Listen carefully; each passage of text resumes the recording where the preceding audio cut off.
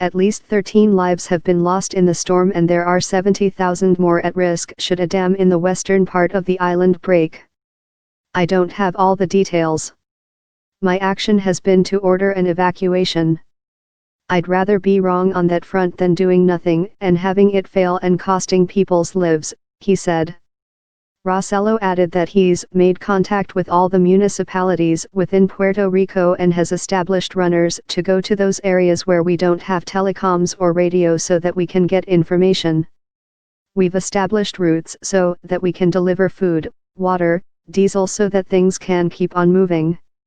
We've energized the main hospital in Puerto Rico and given fuel to alternate hospitals around the island.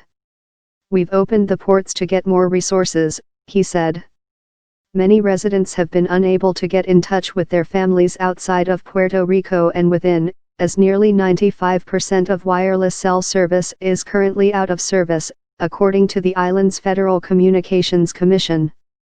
New Yorker Kristen Vasquez, 25, has family in Puerto Rico and tells HuffPost she hasn't spoken to her family since the day of the hurricane. I'm concerned about my great-grandmother. She's 103 years old, and without the proper resources she may be in serious danger, Vasquez said. My cousin might fly down to Puerto Rico if she doesn't hear from them. Others, some who have also been unable to speak with their families, have been sharing their stories on social media. Organizations on the ground are working tirelessly to assess damage and help provide much-needed aid to those affected, including Comparmedidos, a nonprofit based in San Juan focused on connecting Puerto Ricans with personal, social, and economic opportunities. Isabel Rullan, director of Comparmedidos, told HuffPost that fallen trees, broken glass, and downed power lines litter the island's streets, alongside people desperately trying to find cell phone signals. It looks like winter because there's no leaves on the trees, said Rullan, 29, said. Right now, in front of my desk, I see a tree completely pulled out from the roots.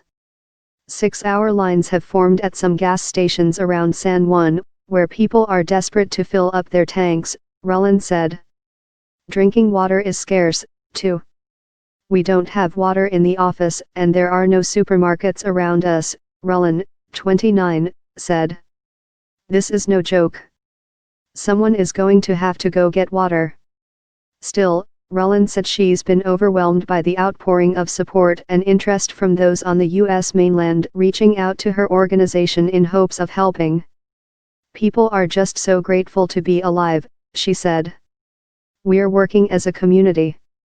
We don't have energy or water, but we'll figure it out. San Juan Mayor Carmen Yulín Cruz confirmed reports of looting.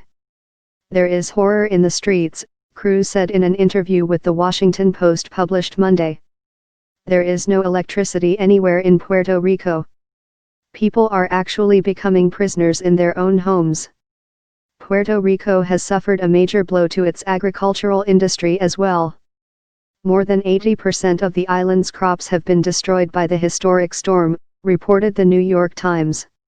There will be no food in Puerto Rico, Jose A. Rivera, a farmer in southeast Puerto Rico, told the Times. There is no more agriculture in Puerto Rico. And there won't be any for a year or longer. President Donald Trump pledged federal help for Puerto Rico and the U.S. Virgin Islands, but has yet to make a comment about the effects of the hurricane on the territory. Senator Chuck Schumer, DNY, and former Secretary of State Hillary Clinton have both implored Trump to shift his attention to the dire situation in Puerto Rico. If you're looking for ways to help the people of Puerto Rico, you can find some here. This article has been updated to include quotes from Rullan and Cruz.